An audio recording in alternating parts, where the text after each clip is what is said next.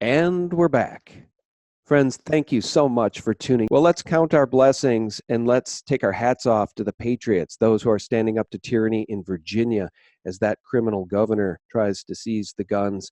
Let's stand together in 2020 and let's pray for the deep state criminals to face indictments and convictions for their crimes.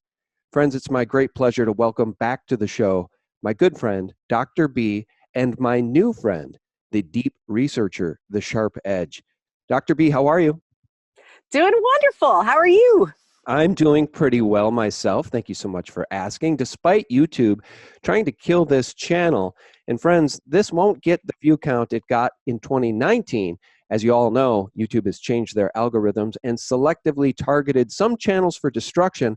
Mine is certainly on that list, but we're going to plow ahead in 2020 with truth regardless. My thanks to the patrons who are keeping me in the fight for truth. And welcome to my new friend, the Sharp Edge. How are you, Edge? Hey there. So good to be here. Thanks for having me. Hey, thanks for coming on. And your work, both of you have work that can be seen over at corysdigs.com and, of course, at SGT Report, because we post everything that Corey posts. We syndicate her stuff at sgtreport.com. Now, I just want to let the audience know that this conversation is going to be about some incredible connections between Jeffrey Epstein and the criminal cartel and the origins of modern day medicine. It's really going to make the hair on the back of your neck stand up. Now, I want to let people know, too, that the Sharp Edge has a wonderful YouTube channel. It's called Hive Mind, but it's spelled H1VEM1ND. And I'll try to remember to link it below. You guys should subscribe because Dr. B and the Sharp Edge have collaborated on an incredible 5-part series called The Cancer Within Modern Medicine. And then there's all these subparts. It's really groundbreaking, important work. And I love it. This is all part of the Great Awakening, friends. Dr. B and the Sharp Edge coming together, being on my show, all of us fighting for truth. The Great Awakening is real, isn't it, Dr. B? It's real and it's exciting and Edge, mind-blowing too. yeah, Edge, what do you make of the Great Awakening? I think it's amazing. And I think 2020 is going to be glorious because I just see it growing. Well, I do too. And as we all know, once you're awake, you cannot go back to sleep. It's literally like, well, I guess not literally, but it's a lot like Neo in the Matrix, right? Once he was awake, boom, game over. We can see their schemes and machinations. We know what the deep state is up to, and they don't like it one bit. All right, let's talk about your collaboration, ladies. The crime syndicate's connections to modern medicine. Dr. B, you've discovered some powerful connections in your own life, in your own experience between Jeffrey Epstein and this criminal cartel of modern day medicine. Do you want to talk a little about that? Yeah, it actually, it blew my mind. And this is how Edge and I started up our collaboration. It was because, in my daily work life, I kept looking around and noticing that I had 1 or 2 degrees of separation away from Jeffrey Epstein. And I just kept seeing these connections. It wasn't 1 or 2. It was overwhelming practically. And once I started digging and talking to some of my colleagues, some of whom have met Jeffrey Epstein and have done research that was funded by Jeffrey Epstein, and I'd been, red pilling them for the past 2 years now. But once the whole Jeffrey Epstein scandal hit the front page, and its connection to how he was trying to fund Harvard and MIT and the Harvard's program for evolutionary dynamics that was headed up by Martin Nowak, which is where my friend, my colleague, had an appointment. Once that was all over the news and was being talked about by some of the people I work with, Epstein's connections just came out of the woodwork. And when I kept digging and pulling on that thread, I would see more people that were related to Epstein that had medical schools named after them. That were on the board of trustees of medical schools and of hospitals, that had cancer institutes named after them. And I'm an allopathic trained mainstream Western medicine pathologist. I grew up within this modern day medical system and kind of had my eyes open and was watching as the people around me some of them who I'd start talking to about Jeffrey Epstein as their eyes were opening, and it was amazing.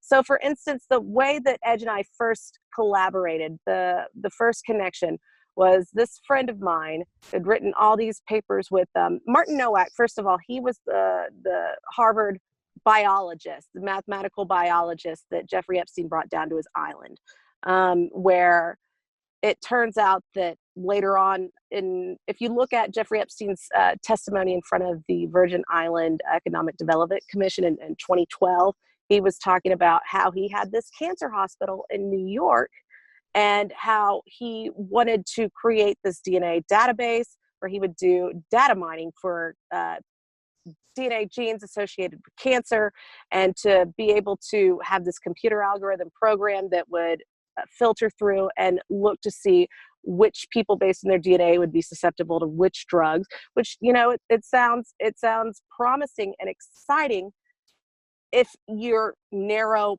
if you have your blinders on. Because it's pitched as, this is going to help us, this is good for you. But when you have people that have lost their moral compass and they're the ones behind it and they're trying to collect all your DNA, and they're courting and funding all these scientists at the heads of their field, just the pioneers and leaders of this molecular biology and gene technology industry. And it's very scary. And so, well, let me jump in and say, I've mentioned this in a couple of interviews. The CEO, I believe, of 23andMe is the sister of the CEO of YouTube. So yes, I think she is. Susan Wojcicki is the CEO of YouTube. Her sister, I believe, Anne, is the CEO of 23andMe, and Anne Wojcicki is married to Sergey Brin, one of the founders of Google. Yep, and their father was working at Stanford on the linear particle accelerator. He's a physicist at Stanford there too, and it just you can't make this stuff up. It's mind blowing. And then when you talk about the deep state connection, right, the criminal cartel connections to modern day medicine. When I read your email about some of that in a precursor to this call, it sparked my memory of Richard B. Cheney sitting on the board of trustees at the Mayo Clinic. So then I Googled that to make sure that was correct. So Dick Cheney is on the board of trustees at the Mayo Clinic. Guess who else is on that? Thomas J. Brokaw, the Mockingbird mainstream media news anchor, and probably many others. It just blows my mind. The deep state is entrenched in modern day medicine. It is. It is. Jeff Epstein with Les Wexner. He's the Victoria's Secret guy that owns the Limited, that had, he's the one that gave Jeffrey Epstein's only known a client when he was the billionaire client. He's the one that gifted Jeffrey Epstein's condo to him on the Upper East Side. But Les Wexner also has the Ohio State University Wexner Medical Center named after him. Right. And how soon will they be changing that name? Right? Well, they did and take Wexner's the name. wife, too, Abigail Wexner, has a children's hospital named after her as well. They're deep into medical research, as well as the Bronfmans. Well, can I point one other thing out? I want to just circle back just briefly and remember what you were talking about here, please. I don't want to take you off track, but you mentioned Dr. Jolyon West. I need people to understand that psychiatrist is attached to, was a handler of people like Jack Ruby, Patty Hearst, Sirhan, and I believe the Oklahoma City accused bomber, Timothy McVeigh. You can correct me if I'm wrong on that. But you want to talk about the deep state and how deep this thing goes, folks? Just Google that one. I called up this article, The Mind Controllers, Dr. Jolyon West, Political Assassination, Terrorism, and the Drug War. You can Google that on your own. See, it's like one little rabbit hole, and then it takes all day to start reading about that, and then you go down another one, and it took. Edge and I have been working on this when she was gracious enough to give me her time and her writing talents to help me, collaborate and put this out. She did an excellent job, but we've been working on this for about 3 months of pretty intense digging. But back to talking about Wexner, Les Wexner. He gifted the spy mansion that was all rigged up on the Upper East Side. He's got the medical center named after him. His wife, Abigail Wexner, she's one of the trustees for the Children's Hospital. She's also the vice chairman of the Ohio State university board of trustees. And so when you think about some of these sex scandals that have been associated with universities, Ohio State has their wrestlers that were abused by their team doctor for like decades long, and nothing was ever done about it. And something like 300 of them or 200 of them came forward. There's articles recently about them speaking in front of the board of trustees to please don't ignore us and let us down again. It's like, you guys are going to Abigail Wexner. It's a reason that it was covered up the first time. And the reason why I'm so suspicious of her is not only is Les Wexner and Abigail Wexner's name circled by Jeffrey Epstein's butler in Jeffrey Epstein's black book, Alfredo Rodriguez, he circled the names that he saw pedophilia activity around. There's also the testimony of one of Jeff Epstein's victims, that she was sexually assaulted by Jeff Epstein. She was an artist that was hired to work in a garage on a house that was given to Jeffrey Epstein near the Wexner's Ohio property.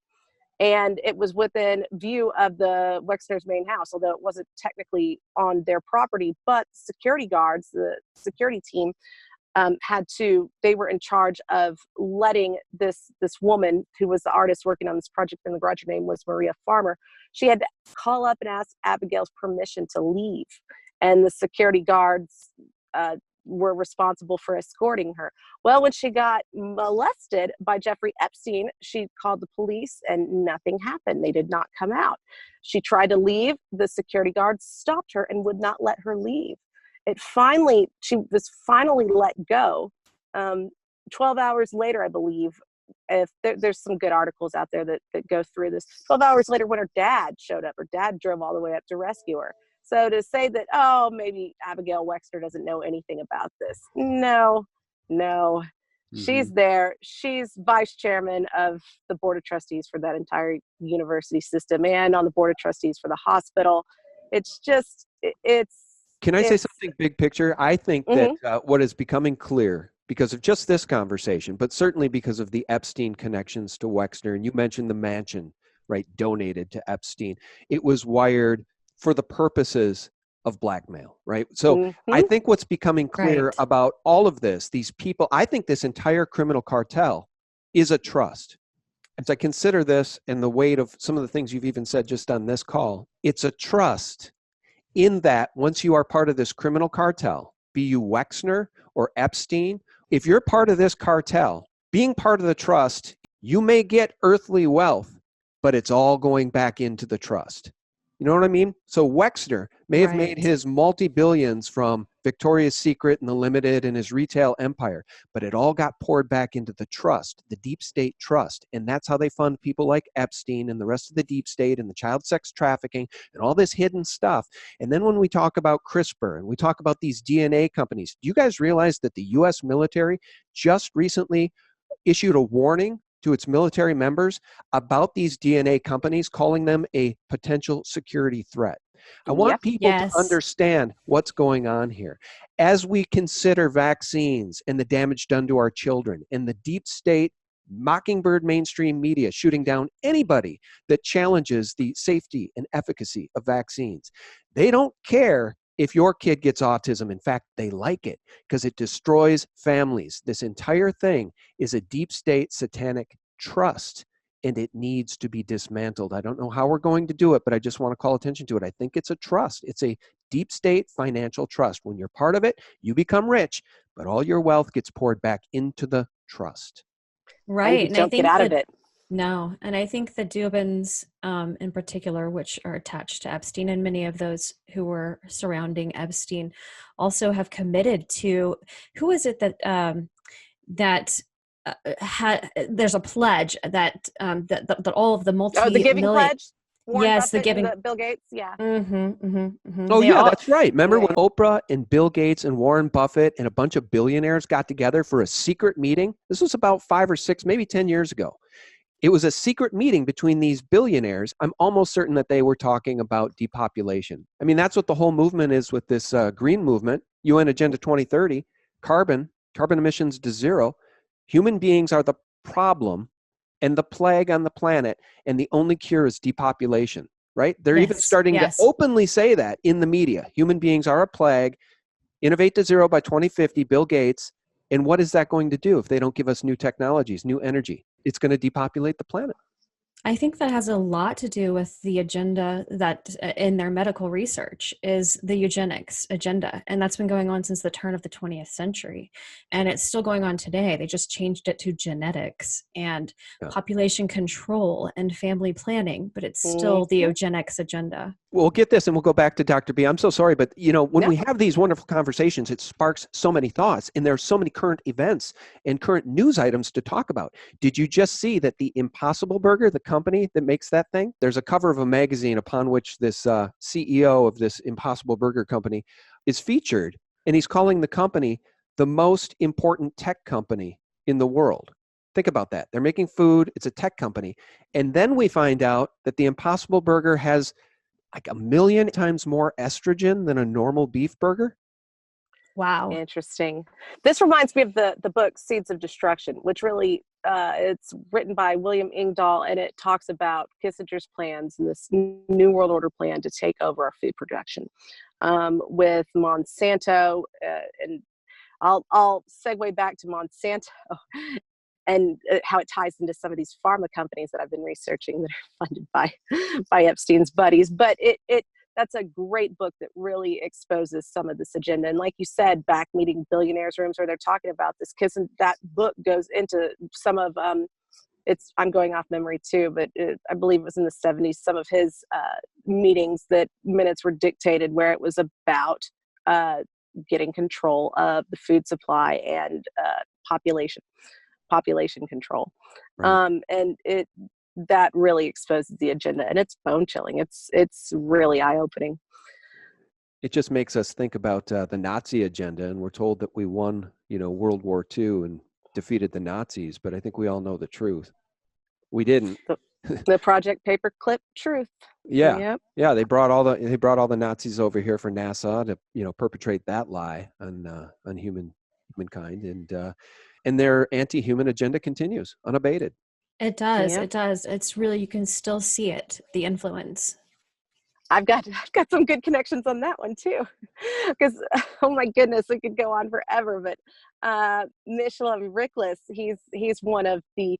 When I talk about these people, I'm talking about this connection for the listeners out there, the Meyer Lansky Crime Inc., Dope Inc., National Crime Syndicate that pioneered and started using some of these child sex blackmail operations that have been well documented by some great writers and great articles out there. But Michelin Rickless was one of these members, and he's tied in right there with the other mega group members that are all connected to Jeffrey Epstein. And he owned Playtex, which got the contract to make spacesuits, the NASA spacesuits. And when you think about some of the Nazi experiments, they were looking at depressurization on people. How much could they take without protection?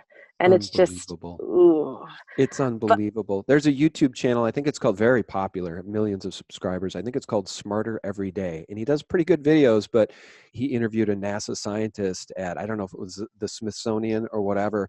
And the scientist was showing him this technology, I think it was like 16 bits, this hand-built, absolute nonsense. And he was explaining how these were inside the rockets and they had to process the data over 24 hours. It's absolute nonsense that they could have safely gotten these men to the moon and back using that technology. And the YouTube channel is called Smarter Every Day. It's the most telling video I've seen on that channel. Of course, he buys it hook, line, and sinker, the official story.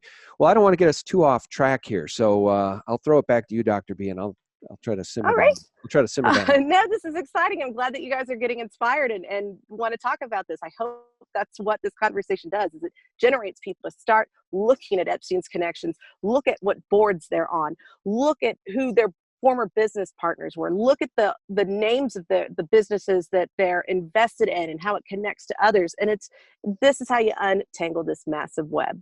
But back to Les Wexner, the reason that I brought him up in the beginning, not only did he found Mega with Charles Brofman, when we get back to Glenn Dubin and Ava Anderson Dubin, they were the only couple that was allowed to use his private yacht. Ghislaine Maxwell tried multiple times to get on it, and the ship captain, there's a good article out there with the cooks of Glenn and Ava Anderson Dubin about how the ship captain was like, "What does your boss do? No one has been let on this yacht by themselves without Les Wexner. You guys must be involved. I don't know who you are, but you're important." But that's their close connection.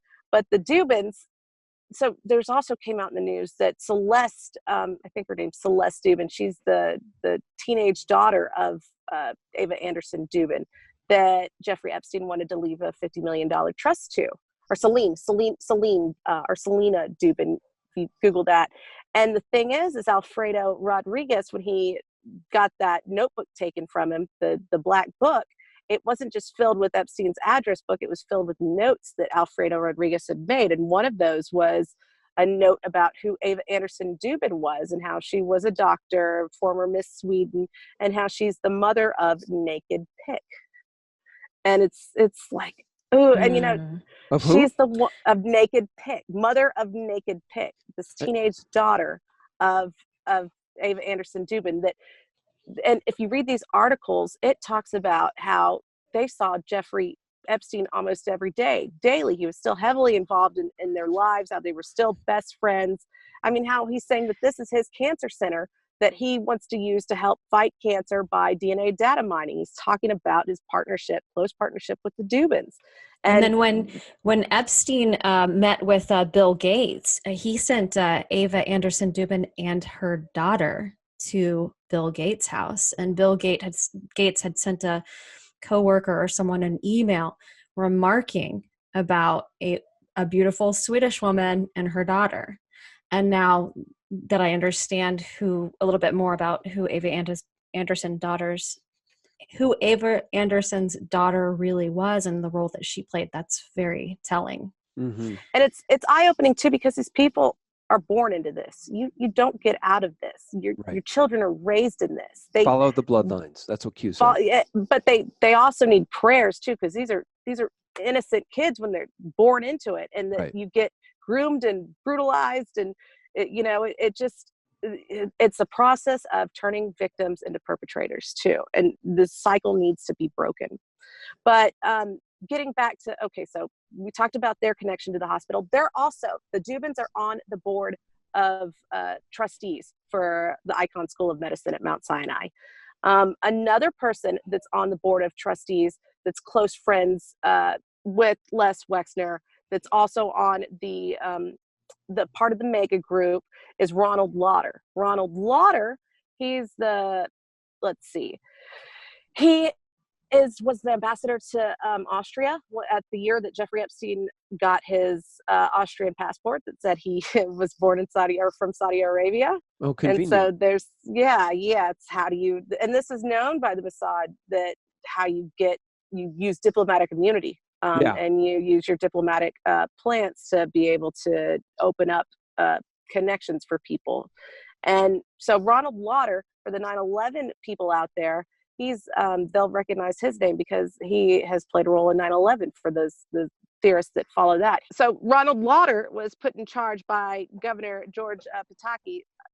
He was put in charge of the New York State Commission for Privatization and the New York State Council on Privatization. And this was in order to privatize the World Trade Center so that his buddy, Larry Silverstein, could sign a 99-year lease on it 2 months before 9/11 happened. So that occurred 2 months before 9/11. I had no idea that there was a connection there. That's incredible. I've never heard that name, Ronald Lauder. Well, and then his buddy Silverstein gets paid double indemnity because he had the buildings insured for acts of terror. That's convenient. So no wonder. See, this is why, and I always wondered, and I guess I knew the answer, deep state, but why didn't the insurance companies balk at that payment? Why didn't the insurance companies demand a real investigation? Why didn't the insurance companies care about the nanothermite found in the dust? Dr. Stephen Jones, thank you for that. Why didn't they care about World Trade Center 7 collapsing at 5:20 in the afternoon and the BBC reporting about it 20 minutes early, which is an impossibility? Why didn't they care? They just paid him out. Deep state. It's all part of the trust. It wasn't AIG, was it? Which was the insurer? I think it was Swiss Re. It was a bunch of them. Okay. Well, this is kind of the pay for play. This is the payout. This is the game. And it's the trust. It all goes back into the deep state trust. And I'm just floored. My mouth dropped when I saw how they do it with medicine and big pharma too. And I'll just give you a couple of personal examples later on. But getting back to who Ronald Lauder is. So who is this guy? He's a member of MEGA, so buddies with Les Wexner, the founder, Charles Bronfman. We'll get into the Edgar Bronfman and Charles Bronfman and who they are. He's the guy that allegedly gave Jeffrey Epstein his passport. He's also a member of the boards of the Getty Board of Trustees. He's the chairman of the Museum of Modern Art. From 95 to 2000, he's now the honorary chairman. And the Museum of Modern Art is a Rockefeller museum. It was founded by one of the Rockefeller women. They called it Mother's Museum. And that brings us into the history of art funding and the modern art movement and the CIA's involvement in the modern art movement to, of course, fight communism with, I'm rambling now at the top of my head, but I do remember some good articles out there that talked about the history of the CIA's involvement in the push for the modern art movement. And that's a fun rabbit hole for anyone interested. Well, and recall the Embassies in Art program, right? Where I believe embassies around the world can ship live art and they bypass customs. They bypass law enforcement. Immunity. You want to talk about child sex trafficking? Let's talk about Embassies in Art program and the connections to James Alefantis. Bingo. And the Podestas. Pizzagate. And that's where I'm going, because guess what? Joe Carroll Lauder is the chairman of the Foundation for the Preservation of Art and Embassies program. So you see her there. You see her there with with pictures with Podesta, pictures with Hillary, pictures with Marina Abramovic, who they're giving awards to. So how does Ron Lauder and his wife, Jo Carroll Lauder, what do they have to do with medicine? Well, they have at the same school right next to the Tisch Cancer Institute with Glenn and Ava Dubin's Breast Cancer Center is the Ronald Lauder Maternity Center for Maternity Care. Ronald Lauder, Jo Carroll and Ronald Lauder Maternity Care Center. They also have at that same hospital, Mount Sinai, they have the a NICU, a neonatal intensive care unit named after their family, and a cardiovascular center, an ambulatory cardiovascular center named after them. They were both former board members of the Board of Trustees at Mount Sinai, along with Glenn and Ava Dubin. I think Jo Carroll she's one of the emeritus trustees. I couldn't find a link where Ron Lauder is active anymore. I don't think he's an active trustee, but he was. And his connection, let's see what else he's involved in. Where does he get his money from? He is the heir to the Estee Lauder company. His mother, Estee Lauder, was best friends with Roy Cohn. And Roy Cohn, for that name that's not familiar to people, he admitted to New York police detective Jim Rothstein back in the 70s that he was running a pedophile blackmail honeypot operation. One of these, and he was one of the 3 people in New York that were doing these honeypots, and that they were doing in the Plaza Hotel. And he admitted that. And Roy Cohn, he was a lawyer for Joseph McCarthy.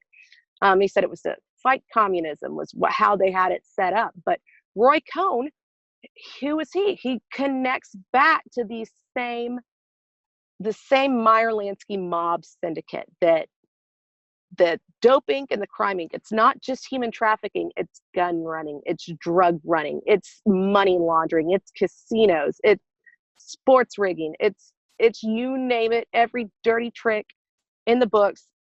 That's what crime inc is. And Roy Cohn himself inherited this pedophile blackmail operation from a person named Louis Rosenstiel. Louis Rosenstiel was also a member of this Meyer Lansky crime syndicate. He was one of the middlemen for Sam Bronfman. Sam Bronfman is the father of Charles and Edgar Bronfman. And when we get into Bronfman, we get into NXIVM. We go into NXIVM, and with Edgar Bronfman's 2 daughters trying to start up their own sexual blackmail club. So this is generational. So Louis Rosenstiel, he's got the Center for Biochemistry. Biochemistry. He actually was he died, decades ago, but back in the 70s, you can see the Mount Sinai School of Medicine, School of Biochemistry, and then it was also the School of Pharmacology and Biochemical Sciences. And now there's the Louis Rosenstiel chair of the Department of Biochemistry, Pharmacology, and Systems Therapeutics. He's still got this chair named after him, and he was a former trustee at Mount Sinai Hospital. And, Yeah. he was the one. Oh, sorry. Oh, I was just going to say the Bronfmans, they're major funders of McGill up in Canada, where a lot of the MK Ultra projects were conducted. Mm-hmm. So they have a huge connection to medical research funding and nefarious things that we know of, obviously. And Charles Bronfman's there founding Mega with Jeffrey Epstein's main financier, Leslie Wexner, who has his own medical school. And so Ronald Lauder, okay, let's see back where. Do you want to break that down? You've mentioned Mega a couple of times. For those who don't know what that is, do you just briefly want to explain that when you say Bronfman founded Mega? Okay, Mega. I know you've got some friends at LaRouche Pub, and they're great with exposing some of this. They broke down. There was a spy scare of somebody named Mega in the early 90s during the Clinton administration, where I think it was at the Israeli embassy that someone had overheard something was tapped, where one of the diplomats called back to one of the heads of the Mossad about there was peace talks between Israel and Palestine, and they wanted to get a hold of transcripts that were sent that they were not privy to. And this operative asked the head of the Mossad, is this something we can go to Mega for? And the head, sorry, I'm blanking on his name, but if you Google who is Mega, there's some great stories that explain this. He rebuked the operative, the head of the Mossad did, saying, this is not what we use Mega for. So then in the Washington Post in the early 90s, there was one article for a day, who is Mega? And they thought that there was another Jonathan Pollard type spy within the White House, within just our government. And it turns out that the very next year was when it comes out that Charles Bronfman and Leslie Wexner found the Mega Group. And it's a group of these billionaires exclusively invited by invitation only. They pay to join it and enter it. They have to pay their I think it's like $30,000 fees yearly, and they meet twice to play global chessboard, where who are we going to support? What are we going to fund? What are our objectives for this year? And the members are all connected to organized crime. They're all part of the Meyer-Lansky crime, dope Inc., and money laundering syndicate and sex trafficking syndicate. So the members are Charles Bronfman, Leslie Wexner, a guy named Max Fisher, who was responsible for the Detroit Purple Gang, that he was doing some of the finances for Meyer-Lansky, and Michael Steinhardt, who else? Ronald Lauder, David Geffen's partner at DreamWorks. Oh my goodness, why can't I think of his name? He's the famous director. He's Spielberg, Steven Spielberg. Yeah, and then we get into Spielberg's first film, which is absolutely a pedophilic film. Barely any dialogue, if any dialogue in it. And if you guys want to go research it, do it yourself. But we're talking Pepto-Bismol in the bag, a hitchhiker.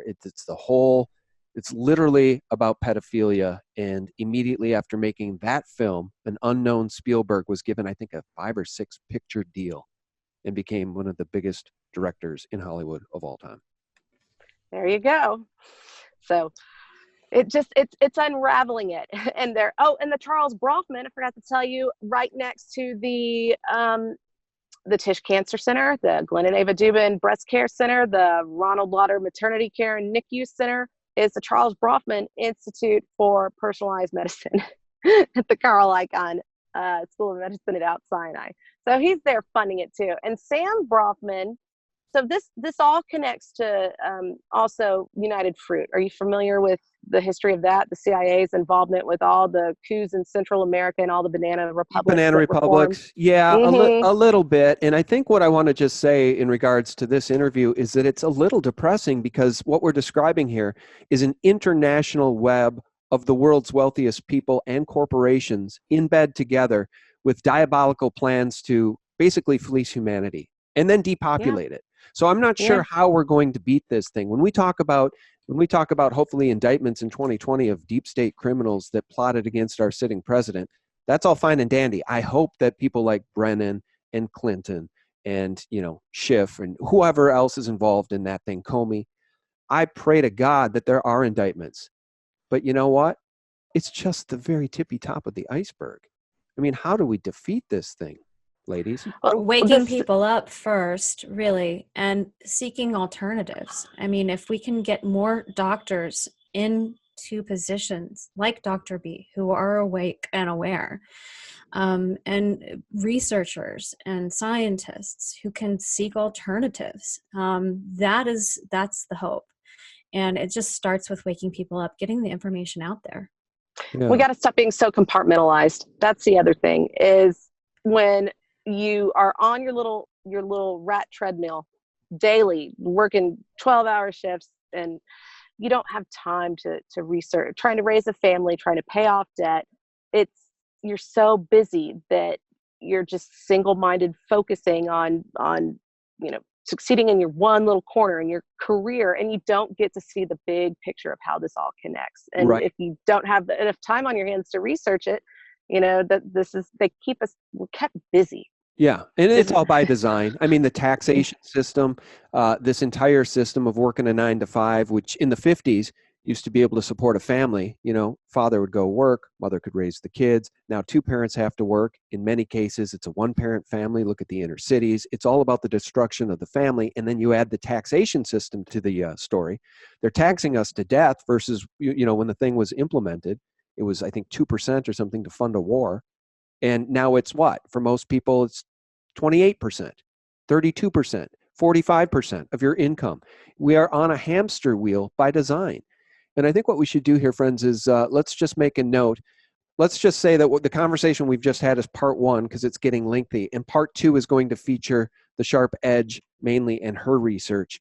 All right, enough babbling from me. I'll throw it back to you, Dr. B. I don't know how you want to round out this conversation in part 1. We still have plenty of time, but the connections are just endless. It just feels like if you pull on any thread of this deep state cabal, the whole thing unravels to the degree that they're all interconnected, but it's an endless web. And it does make one feel a little overwhelmed and somewhat hopeless that we can defeat this thing. Well, we have to make people aware. I mean, that's going through the stages of grieving, of seeing how advanced it is. But information is power, knowledge is power, and information control is a form of mind control. So the fact that we don't have this information, that it's kept from us, is their strategy. So to overcome it is to resist it, to step up and to educate ourselves about it, and to tell other people, and to open up the eyes of the people around us too, and our own little spheres of influence. Mine's medicine, but there's lots of industries where these tentacles have their the tentacles are spread far and wide in many areas of industry. And if you can look around in your own sphere of what you do for a living, and see if there are any connections, you might be surprised. I mean, I'm blown away with what I'm finding. Yeah.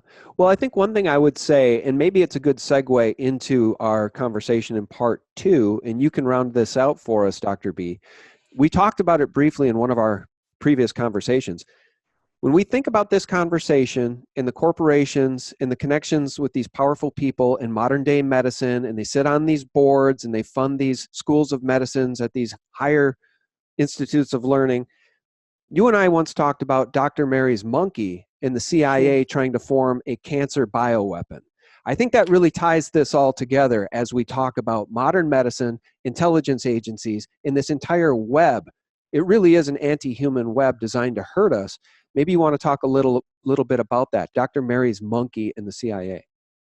Yeah, Alton Ochsner was the head of the American Cancer Society. He was Dr. Mary Sherman's boss at Tulane.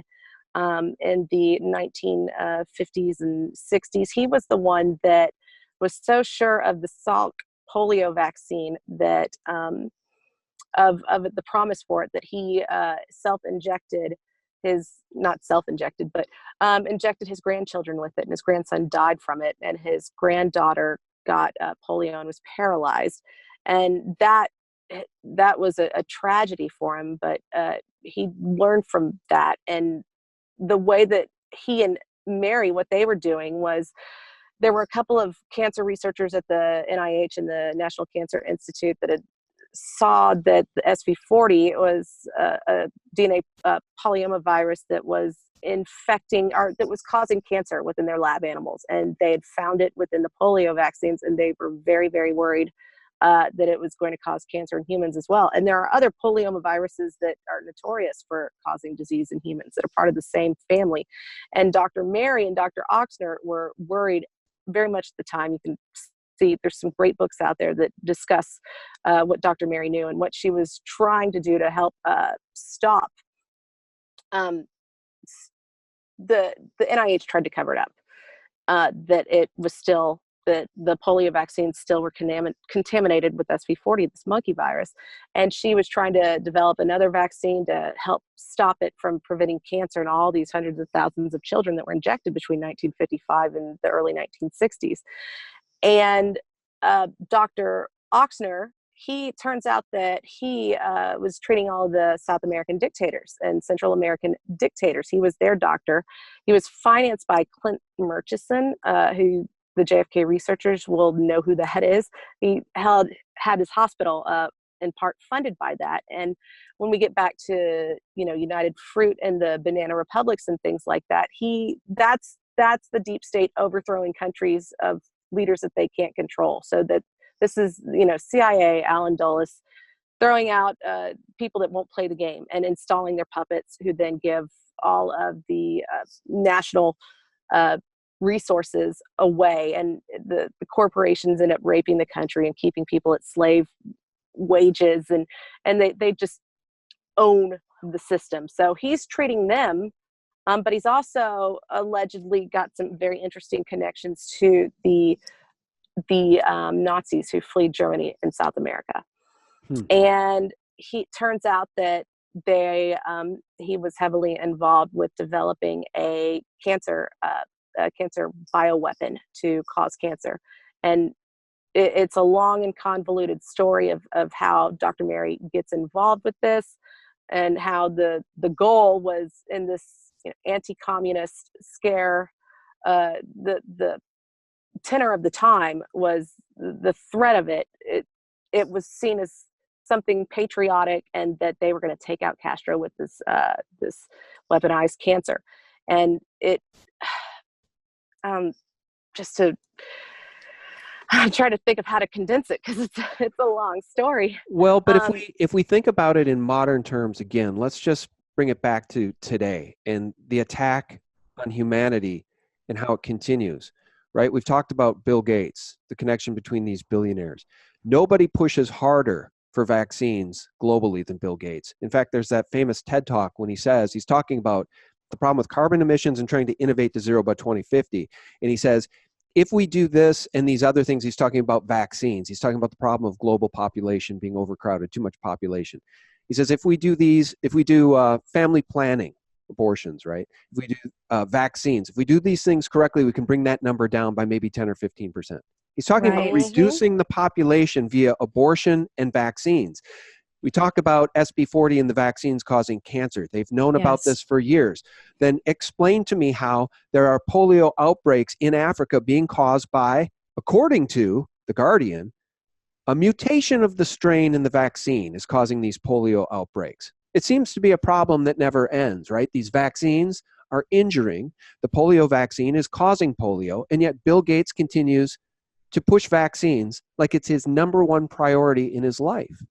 Again, pull on the thread. It's all connected, and it never ends. It does never end. I can see how this is so hard for other professional doctors to swallow, because we can't understand the extent of this evil, or that there could be such a well-oiled machine that could fund stuff like this. But after reading Dr. Mary's Monkey, and after reading Lee and Me, who was the Judith Very Baker was the young teenage girl that was involved in this lab with Dr. Mary Sherman, and seeing the covert nature of it and how good people got stuck. Judith Very Baker wanted to help cure cancer, and she's being manipulated and used, and she can't get out of it, and to develop this cancer weapon. And it's just, after seeing how they did that, I'm not surprised at all anymore that I'm starting to question all sorts of things that were developed. Was it really developed as they say it was? Vaccines recommend to be the perfect Trojan horses. They honestly do. And Kissinger talked about it. If you read Seeds of Destruction, Right. It talks about the human chorionic gonadotrophin, the beta HCG anti-fertility vaccine conjugate that they were giving in the tetanus shots in Central and South America. And they didn't tell the women that it was really a sterile, that it was really to cause sterility. Sterilization. They had no idea that it's a sterilization weapon. Well, I've said that now. I've openly said this, and I will repeat it. I'll scream it from the rooftops as a father who has an eldest son who has been vaccine damaged and has Asperger's, and my second oldest son who has severe ADHD and caused us so many problems when he was going through high school, but he's starting to pull it together on the other end here, so that's great. But these things damage kids, they damage families, and I call them chemical weapons delivery systems. I firmly believe that's what the vaccine programs are. They're chemical weapons in most cases. Right. I think they certainly can be hijacked to be. I don't think it's all of them. I'm not an expert on it, but I see the potential for the dangers, and it's terrifying. Yeah, well, 1 in 50 boys in this country now has autism, right? Live with that. Yeah. Go get the vaccines with your brand new, beautiful baby, and when he gets autism, you live with that. It's a life sentence. And then you come back and tell me that the vaccines are safe and effective. Because, by the way, you tell me the vaccines are safe and effective when the pharma companies don't do the testing to prove they're safe and effective. And they're not required exactly. to. And they have amnesty. They've got blanket amnesty against lawsuits when your kid gets damaged or killed.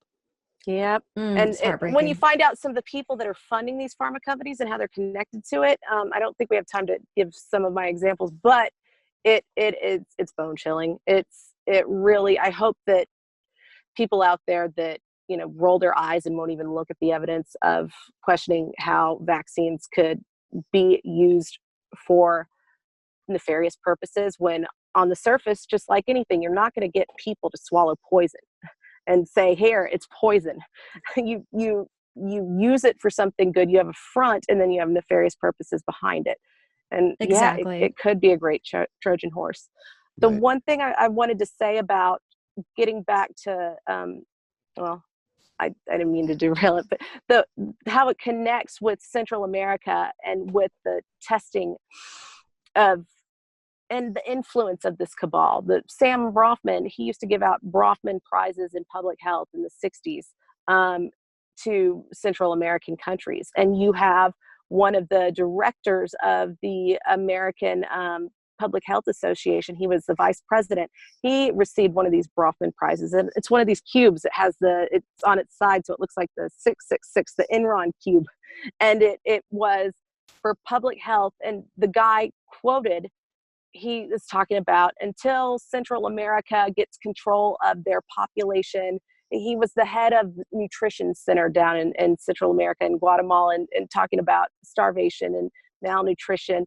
And he is advocating for eugenics and population control. And it's like, well, when you have the cabals running these countries and keeping the people on slave wages and starving them and raping their resources, it's a game to them. And it's just really enraging that there's that much control over people's lives, and that they are sterilizing people. That when Edge talks in her segment, we'll talk about some of the experiments done in Puerto Rico, and many of those women were in the 50s and 60s. We're talking about sterilization rates were the highest ever in Puerto Rico, and it's linked to their testing, to this.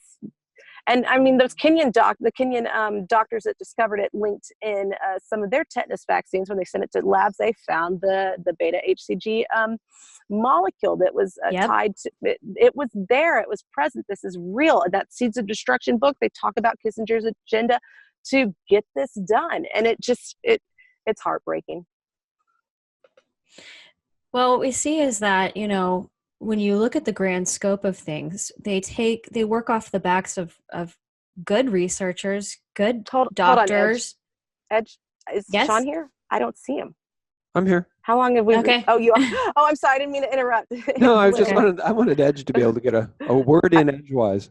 Yeah. Well, you know what we should do? Well, here, I'm going to turn that back over to you, Edge, and continue. But you guys will have to help me figure out how we're going to do part 2 or whatever the plan is, because we're up to my last 25 or 30 minutes here. Sure, So, we can do that. go. Okay, well, what I was going to say is, when you look at the grand scope of things, what you see is that there are so many great researchers, doctors out there, scientists out there that are making these discoveries with good intent, but it's always usurped for malicious purposes. And a lot of it has to do with their agenda.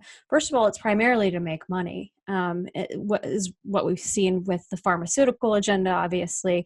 And then when you go into cancer research, they pretty much monopolized that as well, suppressing anything outside of the pharmaceutical, chemotherapy, and surgical model. And then you go in, but their other agendas are, as we've been talking about, are eugenics and depopulation, basically eliminating the unfit any way they can. And then when you get into the transhumanism part of it, that's the positive side of eugenics, where they're trying to advance human evolution for the rest of them, for the ones they deem as fit. But what you see is that, they're working off the backs of these people who are unwittingly providing them with the research, with the innovations, with intentions of helping humanity, with intentions of curing diseases, but they're always used for nefarious purposes.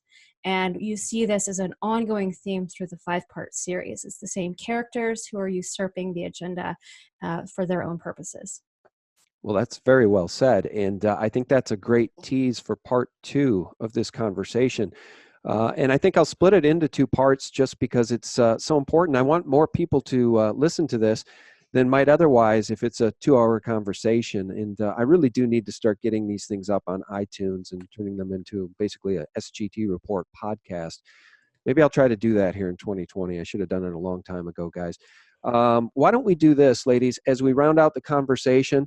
Dr. B, do you want to tell people how they can find you? You do send out some pretty good tweets, and I know that you maintain a privacy to the degree that your profession precludes you from disclosing your full identity, shall we say. But how do people follow you on Twitter? Well, I don't tweet that often. I pass most of my digs on to other people who are more eloquent than I at compiling all this stuff. So Edge and I collaborate a lot, but every now and then I will put out something. And my Twitter account is Lilaps777. So it's at LAILAPS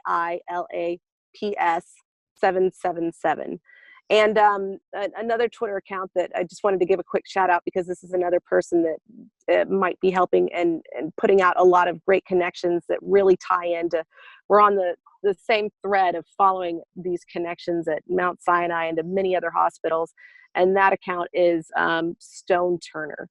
And they're another good person that really is going to expose some of this stuff too. And they have great threads. So I just wanted to give a quick shout out for them. Oh, cool. Okay. And Edge, shout out how people can find you. Sure, they can find all 5 parts of this report both on my website, which is HiveMind, H1VEM1ND.com. And they can find it also on Corey'sDigs.com. That's where a lot of my writing is. And then you can find me on Twitter at TheSharpEdge1. And then we have a YouTube channel, which is also HiveMind, spelled with ones instead of I's. And I have actually some video breakdowns of the reports, the 5-part series, on that YouTube channel, and kind of a documentary style. And so it's kind of, whether you prefer to read it or watch it, you can do both ways. Yeah. All right. And guys, if you stay tuned, We're going to talk about a lot of that here in part 2.